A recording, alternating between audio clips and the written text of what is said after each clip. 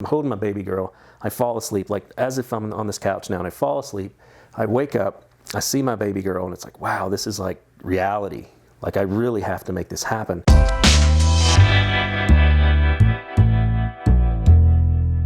My name is Derek Johnson, and I'm a sales trainer in the Contractor Sales Academy Bridge program. I guess if I go all the way back to when I was a kiddo, why I'm actually doing what I'm doing. I had two grandmothers. One had a cut garden, cut flowers, and the other had a vegetable garden. And I grew up around that. So my earliest memories are working with them. It was a beautiful experience. You know, it's literally, hey, go out there and cut the flowers, bring them in, and they'd make some sort of arrangement. I'd go to my other grandmother's house because, we grew up a very, very meager lifestyle, to say. So the vegetable garden was actually part of our food source. But it was fun. They always made it fun. I didn't really even know we were poor. It was pretty amazing. And through this process, I kind of found a love for nature. And that's really why I do what I do as far as contracting goes, because I own a landscape company, garden center, pond company, and it just all made sense. But growing up in these meager times, there was a lot of trials and tribulations and struggles, just like any family you have to go through. And through that process, I started cutting grass on the side and started making a little bit of money. So I think that was kind of the inspiration for what I do, is just growing up around two amazing women in nature. And I can even remember being in probably second grade and kids making fun of me because I literally had grass clippings in the cuff of my jeans because my grandfather would let me cut the grass. I loved it. It was fun. You know, little dude out there pushing the grass. Well, let me. It was more of he was just glad he didn't have to do it. So just that whole environment was a very positive experience with nature. And I started cutting grass later in my teenage years, and then just doing odd jobs. I always knew that I wanted to be some sort of entrepreneur, and I knew I was good, really a technician. I was not, and I wanted to be my own boss, but at this point, I really wasn't a business owner. I didn't know how to run a business at all. And so fast forward a little farther, I'm out of high school, and the transition right after high school was, okay, what am I going to do? Am I going to do that gap year for college? And this was before gap year was a thing. I really didn't want to go to college. And I remember I had filled out an application, and I was going to get hired at Jiffy Lube, oil change place. And I was actually really looking forward to it. And the girl I was dating at the time, her dad was a postman. And her mom called and said, hey, you have an opportunity if you want to work at the post office. And I'm like, I don't want to be a mailman. That's like, no way, I'm not going to do that. I want to change oil. I don't know why I wanted to change oil, but it just seemed like a fun thing to do. So I was going to take that job, and her mom called and said, look, you don't want to be changing oil the rest of your life. The post office, it's a great career, great benefits. Like you can really just go there and you'll kind of be on easy street. So I was kind of strong-armed to do that. Really wanted to change oil though. Dang it. But anyway, I became a postman, and there was a guy there named David Jewell. His nickname was Slick. And Slick had this really cool Dodge truck, and he had these mowers, and it was just like this just amazing setup. And I just would always think, like, I'd see all these other landscape companies running around. It's like, I really want to do that, but I don't have any money to start that type of thing. So I asked Slick, I was like, do you need any help on the side? And he's like, nope, don't want any help at all. I was like, so I kept bugging him and bugging him and bugging him. He's like, no, I'm not going to do it. Makes no sense. Slick, you know, the post office would go from 7 to 3:30. So in the afternoons, it was just kind of his hobby. It's what he liked to do.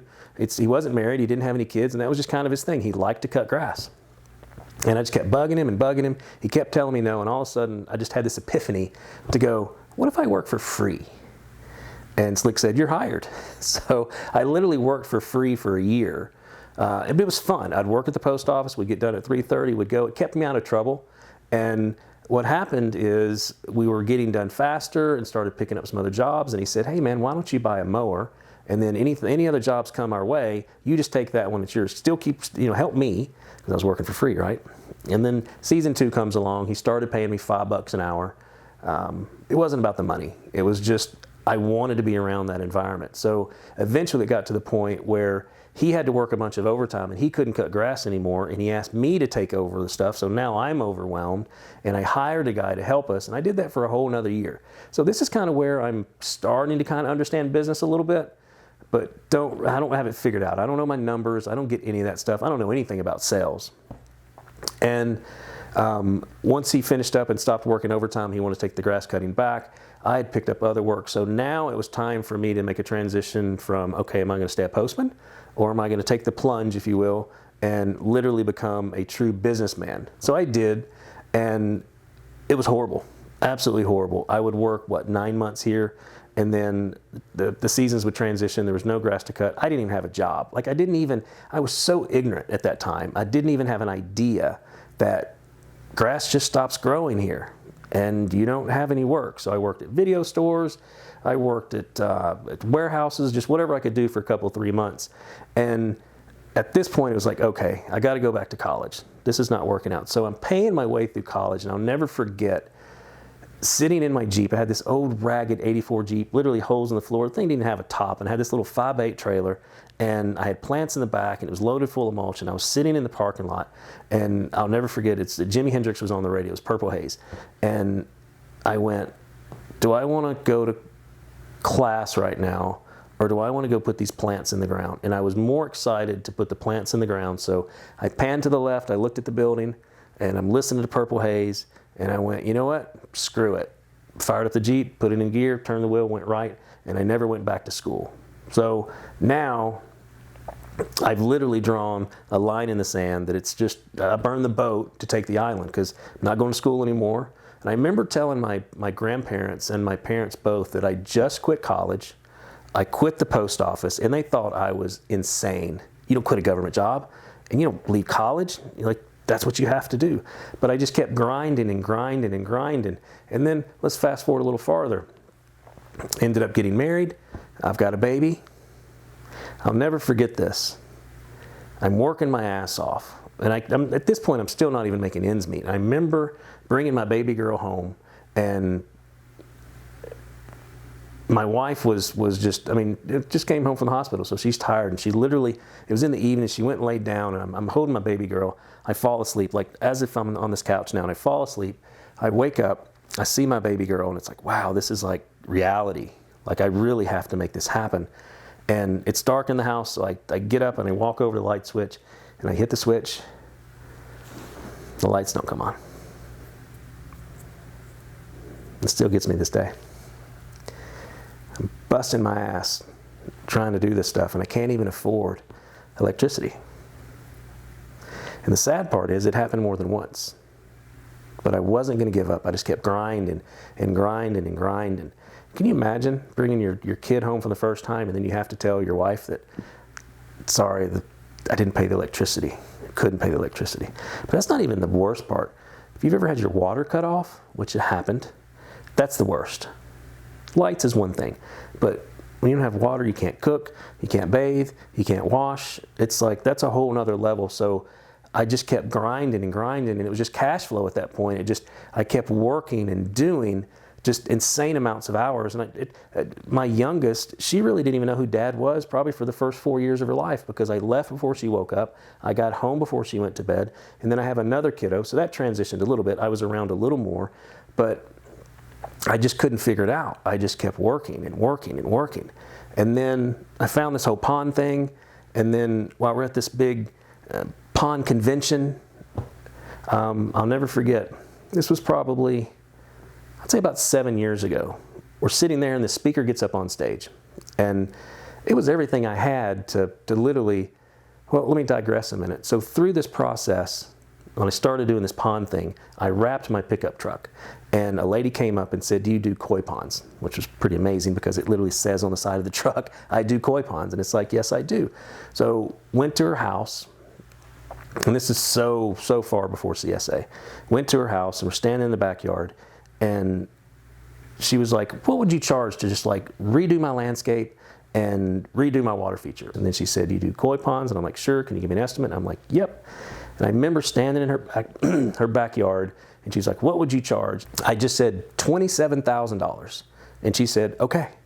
And I almost crapped my pants, because I couldn't believe she actually said yes. I didn't have a plan, I didn't know anything, but I knew well enough. I said, I don't have a contract with me. Give me 30 minutes and I'll be right back. I jumped in my truck, I went home, grabbed a contract, and it wasn't much of a contract. Went right back, we signed a deal, I got a deposit, and I had to figure this out. I was able to make enough money off of that job to basically buy my garden center, an asset purchase of my garden center to get me started. So here I am, 2 kids, I buy a garden center, I'm just running on pure drive to do this, but I suck as a businessman, like truly suck. So because of that, I found Aquascape. I went there, saw Steve Shinholzer, now my business partner, on stage, and I'll never forget listening to him. And I don't even remember the exact words, but he alluded to you could talk to a person up front before anything had gotten bad and just having an open, honest discussion about expectations, timelines, budgets. And I think I zoned out. I don't even know what the rest of his speech was about, but I went, son of a bitch.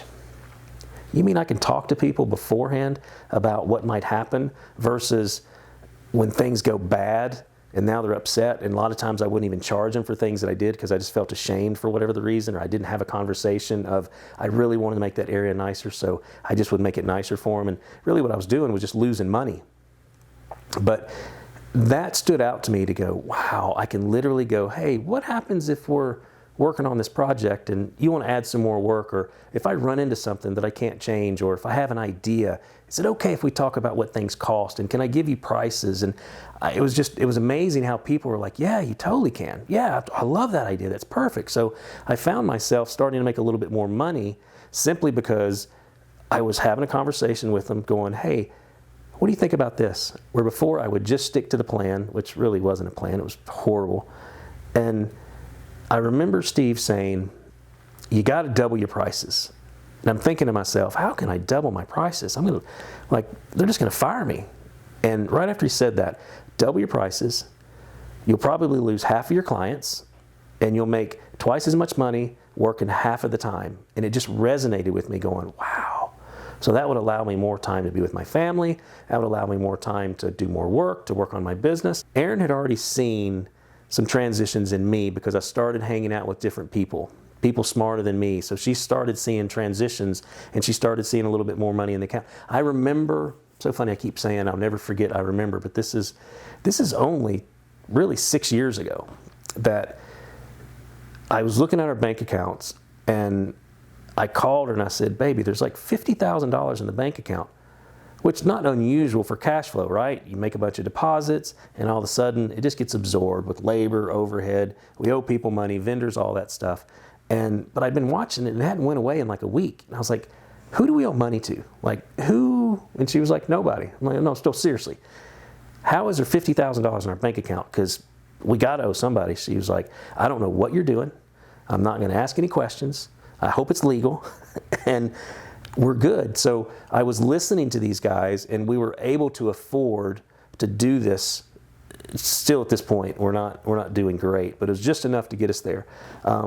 And I remember seeing Tom Reber, and I walked over and I introduced myself, and we had a bit back and forth, and he said, hey, let's, after Cabo, let's talk about this. Yeah, I'd love to be your coach.